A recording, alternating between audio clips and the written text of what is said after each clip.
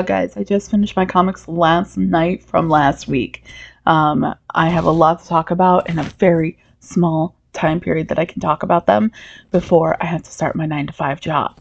So, we have Insomnia entering the dreams and nightmares of all of DC Comics. We have Pink Elephants Run Amok, and we have weird babies in back of the trucks. Alien babies in the back of a truck. So all that and more on the Spoilertastic abbreviated weekly comic review. Roll that intro.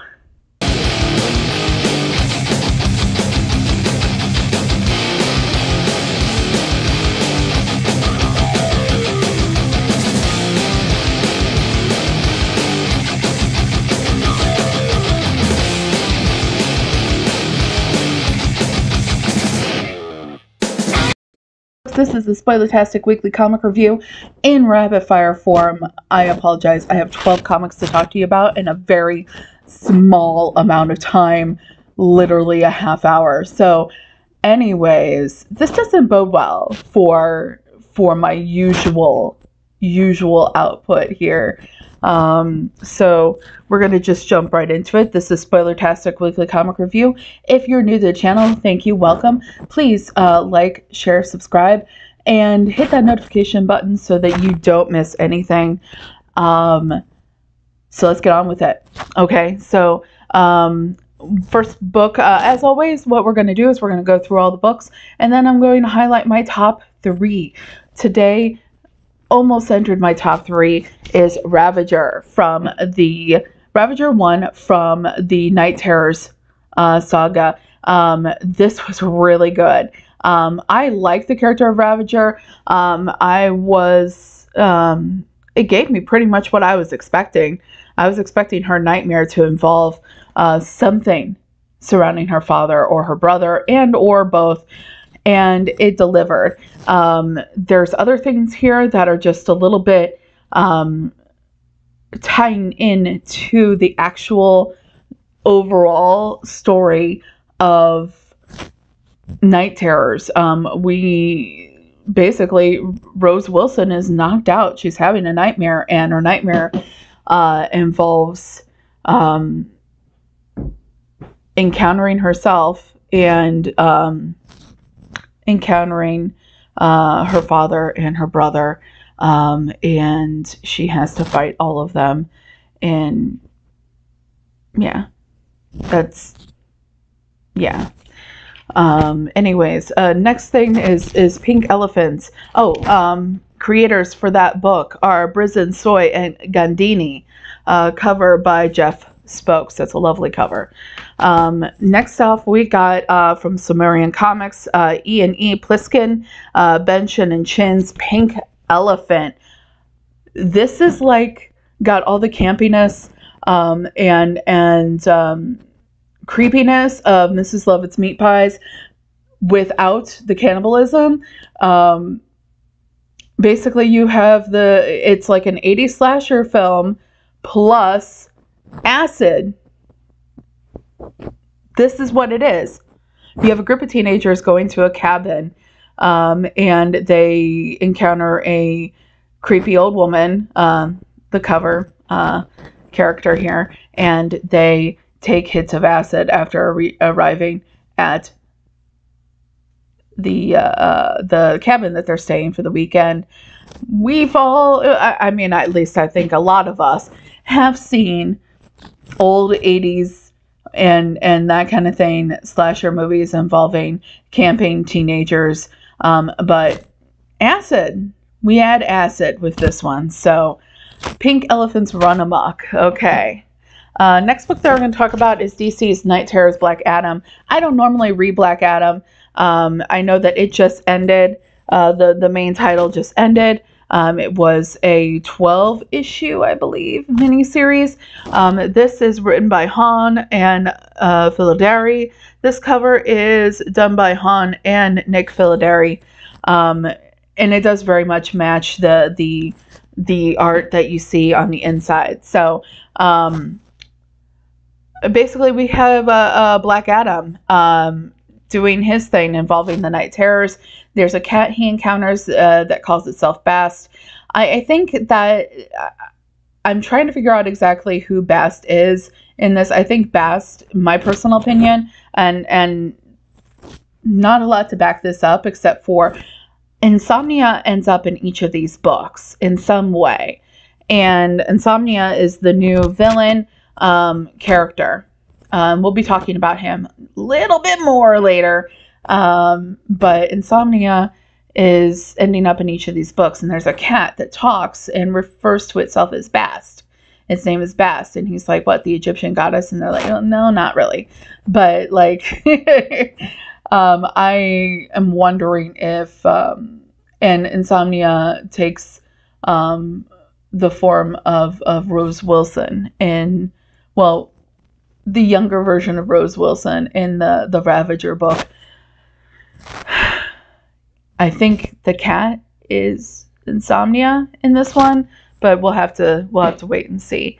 Okay, so another book that it's not quite clear where Insomnia is showing up. However, the next book we're going to talk about is DC Night Terrors Poison Ivy.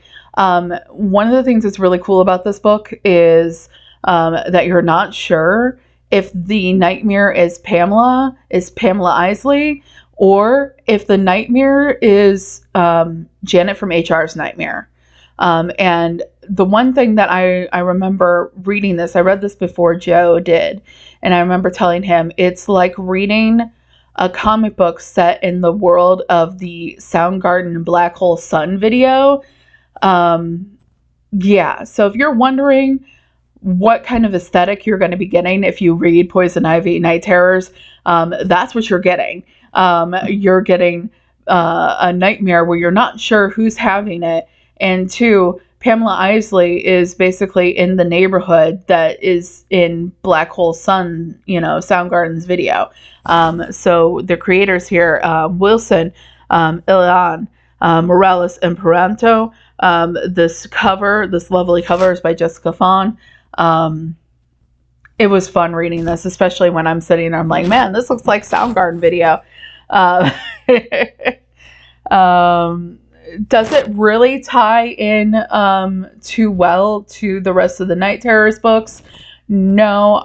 This is another one where you're trying to figure out where is Insomnia actually, because it's not clear. And it's also not clear, like I said, whose nightmare it is, if it's actually Poison Ivy's nightmare or if it's Janet from HR's nightmare. So, but it's really cool looking. It's really cool. I really liked it. The next book that we're going to talk about is Marvel's Captain Marvel Dark Tempest. And of course, because it's a variant cover, even though it's not a Virgin variant, Marvel has decided to not put the creators on the cover. The creator for the cover here is Derek Chu. I know that because one, Joe picked it out, and two, because thank you, Mr. Chu, for putting your signature there that everybody recognizes, so that I don't have to do this to find out that that's you. Dark Tempest, Captain Marvel. This is my first Captain Marvel book, guys. And it was not bad. So there is a little bit of confusion with this puppy. Let's see here. It's called Dark Tempest, Part 1, The Curious Case of the Exploding Man. We have writer Anne Nocenti, Paolo Villanelli, Java Targiglia, and letterer is VC's Ariana Mayer. Yeah, so Captain Marvel is hanging out in one of her favorite towns, one of her little sea towns. She helps them get a boat back during a storm. And I did not know this about Captain Marvel. She's actually in recovery. She is an alcoholic. She's in recovery. So I thought that was really interesting. There's some like weird space anomaly that she's checking out, and now it starts showing up. And what we find out is that there is somebody that is actually trying to attack her with this anomaly. So I'm unsure whether I'm going to go ahead and keep going on this one, but it'll probably be a game day decision. It wasn't bad, but I'm not used enough to the Captain Marvel story in comic books to really know for sure if I'm like gung-ho or not. So that's how that is. Next book that we're going to talk about is Peacemaker Tries Hard, number 3. The trying increases. One of the things I said about this book when Joe was asking me about what I thought of it yesterday is that I remember when I'm reading it, I'm entertained by it. We've got creators Kyle Stark, Steve Pugh, and Jordi Belair. When I'm reading it, I'm entertained by it. I know that I'm entertained by it while I'm reading it. However, aspects of it get fuzzy over time. Like it's not something that's standing out to me writing wise. It's just fun when I'm reading it. And then later on, I'm like, I think that his parole officer decided at the end of the book that he was going to help him get his dog back. And most of the time, Peacemaker was feeling sorry for himself. And he had some flashbacks back to his father and all that kind of jazz. But I remember when I'm reading it, I'm enjoying it. But afterwards, if you get a few days, which honestly there was a few days, I'm like, nothing's really standing out in this book to me. And that's fine. It can be what it is to me, where it's an enjoyable moment in my day and then I move on. It's just it can be that. It can be that not everything has to affect somebody on some profound level to be good. I know I enjoyed it. I know I had fun reading it. I know I got some laughs in. And that's all you can really be like, okay, cool, you know? So for that reason, it's still in the pull list. Let's see here. We've got Dawn of DC, Adventures of Superman, John Kent next. John Kent has decided he doesn't like the whole, injustice world the way it is, has decided he wants to help Batman's team.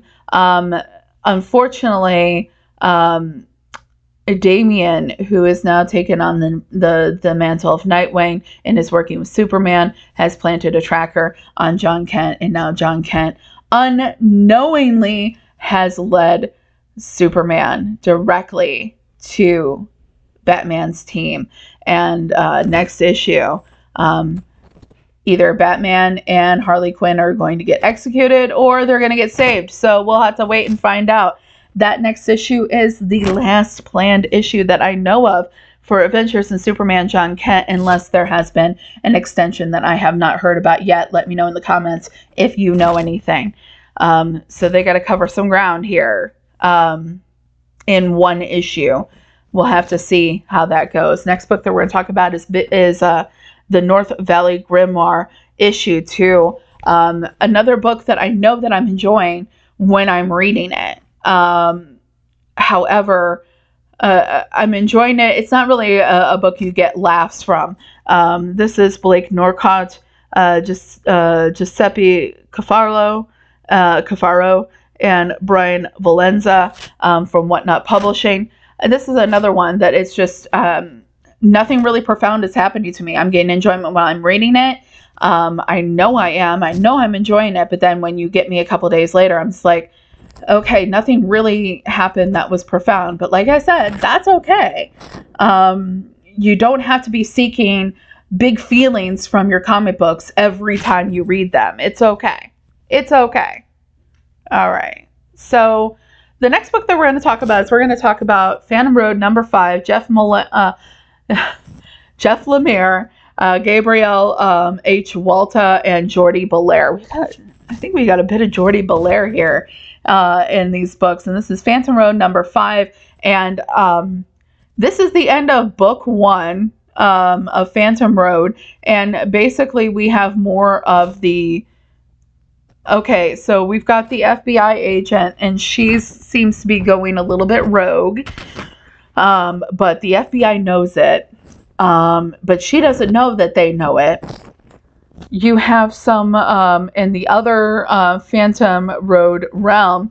You have the mascot of the gas station. The bear is alive for some reason. Haven't quite it's just there's all of a sudden like a mascot bear there, and I don't quite get that, but okay. Moving on. You have Dom and Birdie in back on the Phantom Road, and they get attacked again, and they discover that the thing that's in the back of their truck looks like an incubated alien egg. That's what I'm getting from it. You know, that's up for interpretation, because nothing really gets discovered. It's all of a sudden, it's the end of book 1, and I'm not satisfied with that ending. It's okay, though. I'll check out book 2. Hopefully they tie up some ends. But the thing is like, there's no, like, one of the problems I have with it is there's no tying into, like, it says to be continued, end of book 1. But it doesn't tell us, you know, approximately when, you know, book 2 is coming. So if anybody has that information, please let me know, because right now I like the story for the most part, but this issue did not leave me feeling good about Phantom Road, unfortunately. So now we've hit the top 3, so let's talk about them. Let's go for it. Okay, so in no particular order, my top 3 are DC Night Terror's The Joker. And let me just give you a spoiler alert. For the way the rest of the video is going to go, they're all DC Night Terror. Wow, so my camera stopped for no reason. But anyways, as I was saying, these are all DC Night Terror's books in my top 3. So right here we've got the Joker. The Joker is Rosenberg, Raphael, and Fajaro Jr. This cover is by Raphael and Fajaro Jr. What is the Joker's worst nightmare? The Joker's worst nightmare is Batman accidentally is killed, and crime loses its thrill for him. So he goes to work in an office, and he climbs the corporate ladder. And this is wonderful. This is hilarious. He actually encounters his old henchman in an alley, and they accidentally start beating him up, and they're like, wow, boss, we didn't realize that was you. And they're working for someone else now. And he's like, well, what are you doing? Gaggy's like, what are you doing? And he's like, you know what, Gaggy, I think you should just go find what makes you happy and move on. So when Batman dies, they take him, and he puts the Joker puts him in his closet. And somebody else comes along and starts being like, oh, I'm Bruce Wayne, I'm Batman. Well, he doesn't know that Bruce Wayne is Batman, but he is just like, you know, running around like Batman. He's like, that's impossible. Batman is in my closet decaying. And everybody thinks it's a joke, but obviously it's really funny because it's true. I just really loved it. It's so much fun. Next book we're going to talk about is DC Night Terror's Batman. Guys, if anything is going to do a Night Terrors type nightmare book, well, you got to think that it's going to be Batman. We've got Williamson March Mori on this book. This cover is by Gillum March, and it shows. Look at that. That is gorgeous. Let's try to take a little bit of that glare off. There we go. This also features a really good Don't Sleep on Robin No Sleep, because that's some good shit there, and that's by Williamson, La Fuente, and Locus. I really enjoyed this. This was really cool. And Insomnia does take a form in this, and it's so cool. I'm loving his reaction with this. And the next book that we're going to talk about ties in a little bit with that one, so we're just going to jump right into it. And that's Night Terrors, DC Night Terrors #1. This is Williamson Porter Anderson. This cover is by Howard Porter and Hi-Fi. Look at this fucking art. Jesus. Look at this. This is gorgeous, and it's wonderful, and it's really cool psychological horror. We have insomnia invading all the dreams and nightmares of DC, and looking for the Nightmare Stone. Insomnia is a new villain that starts off by killing John Dee's Mr. Destiny. And Deadman is there, guys. Who doesn't love Boston? Who doesn't love Deadman? Do you know anyone that doesn't like Deadman? Like, nobody will say, well, I don't like Deadman in particular, okay? So, like, no, fuck that. Deadman is cool, all right?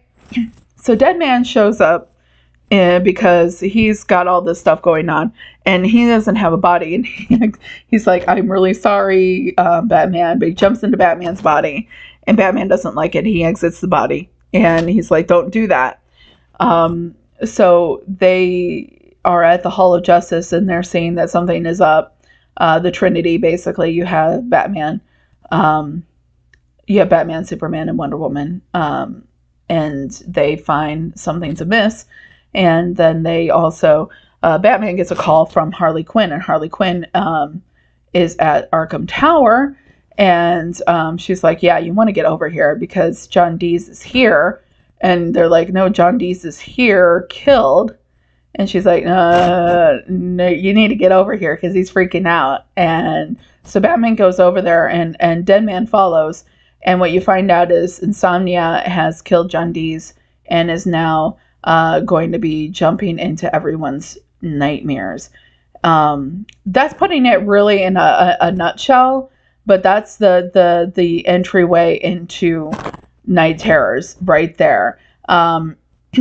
So Harley Quinn and Batman both try to fight off Insomnia, but it's not working, and Deadman jumps into Batman's body and takes over, which is why Batman is stuck in his nightmare. But the thing is Deadman is trying to help, but Batman is stuck in his nightmare, definitely, because Deadman is in his body. He can't break out of the nightmare because Deadman is trying to help. He's trying to fight as Batman. It's a mess. It's a mess. It's a fun mess, but it's just, you know, the book itself is not a mess. The book itself is really good. The Batman's life currently is a mess, which is par for course of, you know, like yeah. But anyways, guys, that's it. That's my comics for the week. And I did that rapid fire, and I still gave you a little tidbits about them that are specific to the book. And wow, I did that. Woo! That was 12 books. I talked about them all. Guys, check out the rest of the videos on the channel. Let me know what you think in the comments of the comics that I read today, or read last week, excuse me. And let me know what you think of the books, and stay tuned to the channel. Please like, share, subscribe. If you have not already, hit that notification bell so you are aware of every video that we post and when we go live, which is not very often, but we do it sometimes. And yeah, so what's other stuff that's going on? Check out my vocal.media page for some articles that I've written recently, and share them with your friends if you like them. Anyways, guys, that's it for me. So until next time, if you see keep your eyes and ears open. If you see something, say something, and remember, the complacent never make a difference. This has been the officially unofficial Geek Channel Spoilertastic Weekly Comic Review. My name is Carrie. I'm the officially unofficial geek, the OUG, and I'll be seeing ya. Bye!